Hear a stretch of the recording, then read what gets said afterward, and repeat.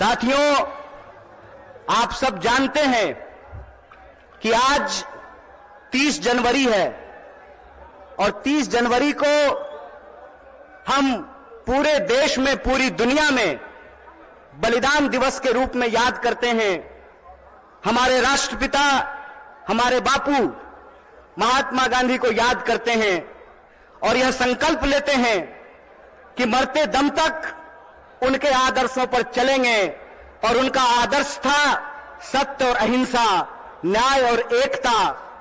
और उनकी जो एकता की बात थी, उस एकता की बात के चलते ही जिनके आखिरी क्षण में भी मुंह से हे राम निकला था, उनको एक आतंकवादी कायर नाथूराम ने हत्या करने का काम किया था।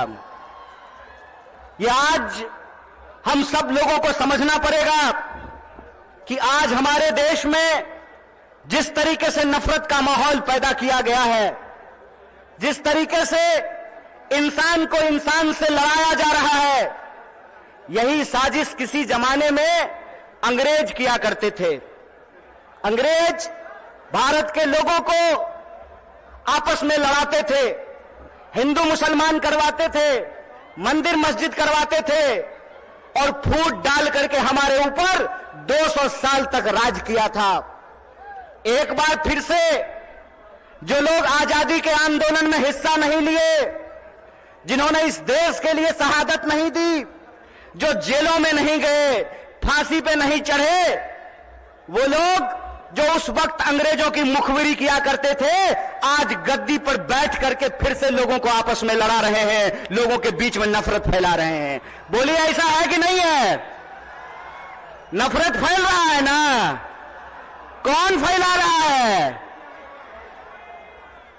नहीं नहीं नहीं, मोदी अकेले उसमें शामिल नहीं है, उसके साथ वो सब लोग शामिल हैं जो आज समाज को बांटने का काम करते हैं, समाज को आपस में लड़ाने का काम करते हैं। वो सब लोग इसमें शामिल हैं। तो आप सब लोगों से मैं ये आग्रह करना चाहता हूं, आप सब जानते हैं कि कांग्रेस पार्टी ने, भारतीय राष्ट्रीय कांग्रेस ने अंग्रेजों से लड़ करके इस देश को आजादी दिलाई। आजादी दिलाई कि नहीं दिलाई? देश आजाद है ना? कौन आजाद कराया देश को? कांग्रेस ने इस देश को आजाद कराया। और आज एक बार फिर से जब देश में नफरत फैल रही है, उस नफरत के खिलाफ हमारे नेता श्री राहुल गांधी ने कन्याकुमारी से लेकर के कश्मीर तक पैदल चले वो, और उन्होंने कहा कि डरने की जरूरत नहीं है, डरो मत। इस समाज के भीतर जो न्याय है, लोगों का जो हक है, उसके लिए आपको संघर्ष करना पड़ेगा, उसके लिए आपको लड़ाई करनी पड़ेगी। राहुल जी ने कहा कि अगर देश में नफरत फैल रही है तो हमको मोहब्बत की आवाज को बुलंद करना पड़ेगा। और कन्याकुमारी से लेकर के कश्मीर तक उन्होंने भारत जोड़ो यात्रा की, भारत जोड़ो पद यात्रा की। जब भारत जोड़ो पद यात्रा हो गई, तब यह प्रश्न हमारे सामने था कि कौन सी ऐसी चीजें हैं जिससे यह देश ताकतवर बनेगा, इस देश को शक्ति मिलेगी। और यह जो आजकल रोजगार विहीन समझते हैं ना?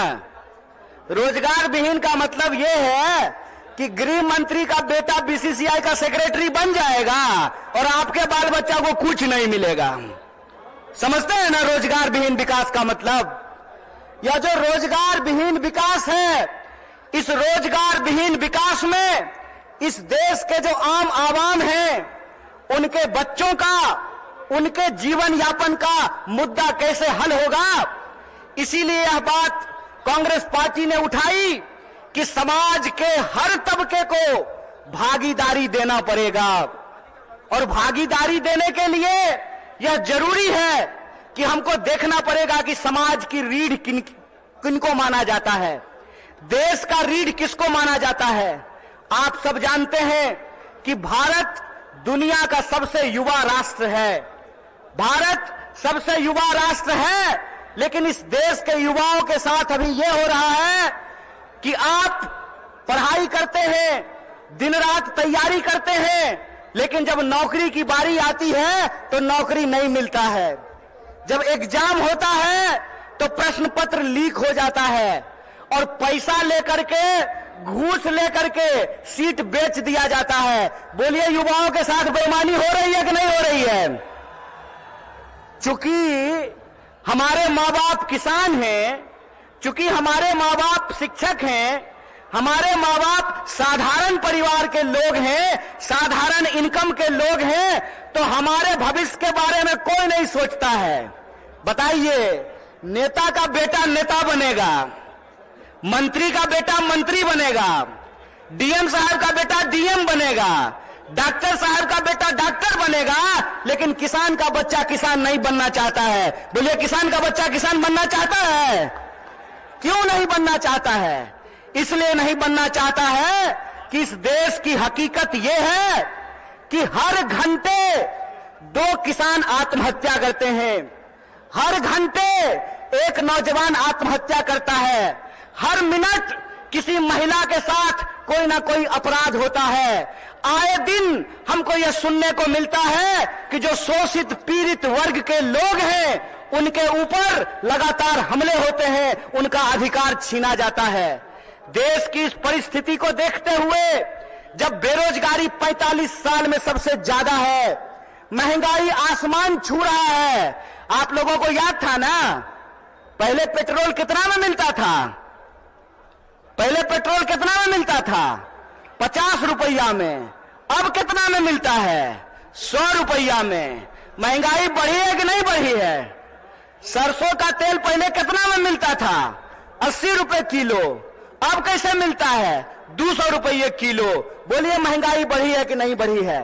जिस तरह से महंगाई बढ़ रही है, किसानों की आत्महत्या हो रही है, जवानों की आत्महत्या हो रही है, महिलाओं के ऊपर अत्याचार हो रहा है, बेकारी 45 साल में सबसे ज्यादा है, तब इस देश के नौजवानों को, बिहार के नौजवानों को यह सोचना पड़ेगा कि उनका भविष्य क्या है। आप सोचिए कि अगर इस देश के नेता चाहते हैं कि उनके बाल बच्चों का भविष्य बना रहे, तो इस देश के किसानों को, इस देश के गरीबों को भी यह सोचना पड़ेगा कि उनके बाल बच्चों का भविष्य कैसे बना रहेगा। इसीलिए इस देश की परिस्थिति को देखते हुए हमारी पार्टी भारतीय राष्ट्रीय कांग्रेस ने और हमारे नेता राहुल गांधी ने यह तय किया है कि हम भारत जोड़ो न्याय यात्रा की शुरुआत करेंगे। और यह जो भारत जोड़ो न्याय यात्रा है, ये मणिपुर से चल करके बिहार की महान भूमि पे पहुंची है। बोलिए, बिहार महान है कि नहीं है? लेकिन आजकल बिहार को बदनाम भी कर दिया गया है। बदनाम नहीं कर दिया गया है? आज हमको मीडिया के एक साथी पूछ रहे थे कि नीतीश जी आपको छोड़ करके चले गए, इस पर आप क्या कहना चाहते हैं?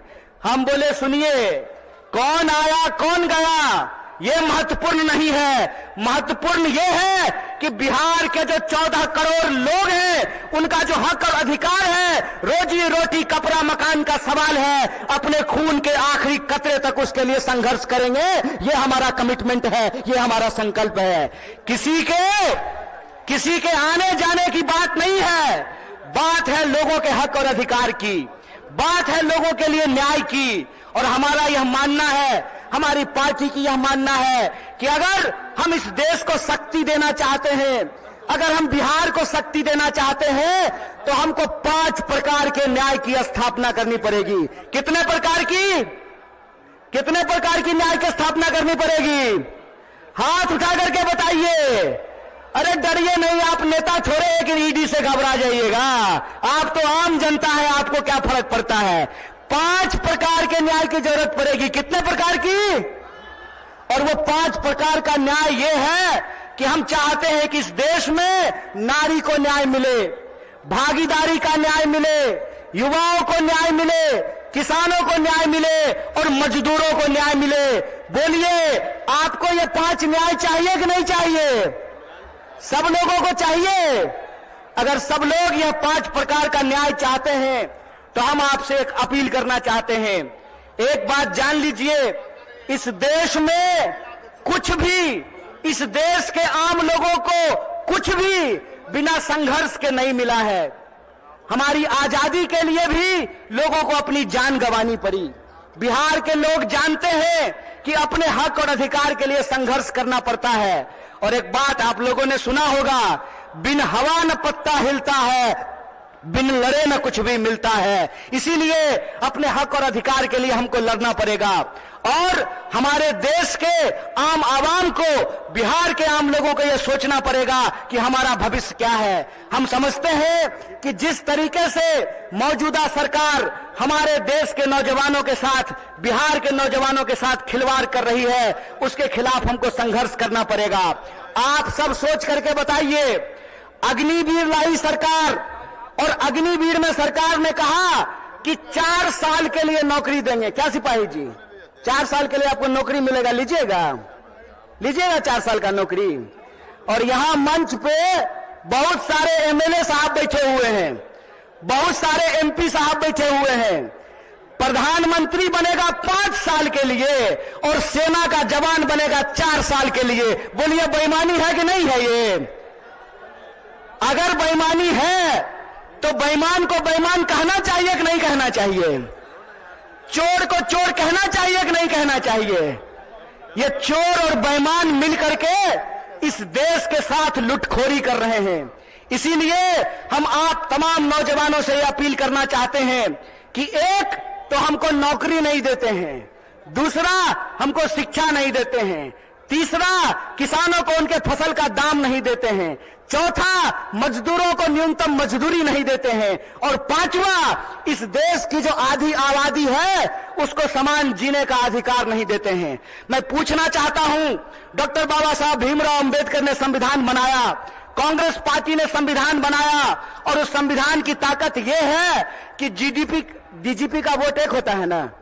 क्या बोलिए ना सिपाही जी, घबराइए नहीं, डरिए नहीं। डीजीपी का वोट एक होता है ना, और आपका भी वोट एक होता है, मुख्यमंत्री का भी वोट एक होता है, और रिक्शा चलाने वाले का भी वोट एक होता है, जूता सिलने वाले का भी वोट एक होता है। यह जो वोट का अधिकार है, इस वोट के अधिकार का हमको इस्तेमाल करना पड़ेगा।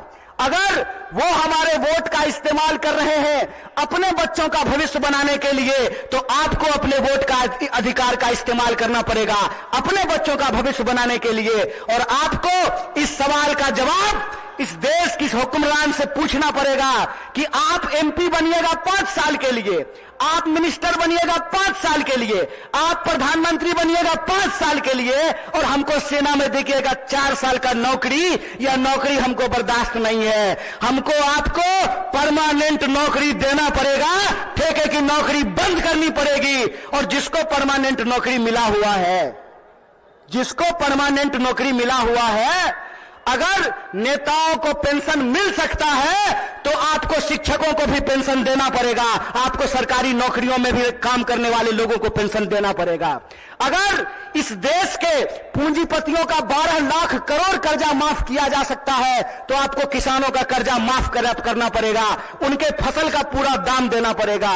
अगर इस देश में सबको न्यूनतम मजदूरी मिल सकती है तो हम कहते हैं कि मजदूरों को भी न्यूनतम मजदूरी देना पड़ेगा।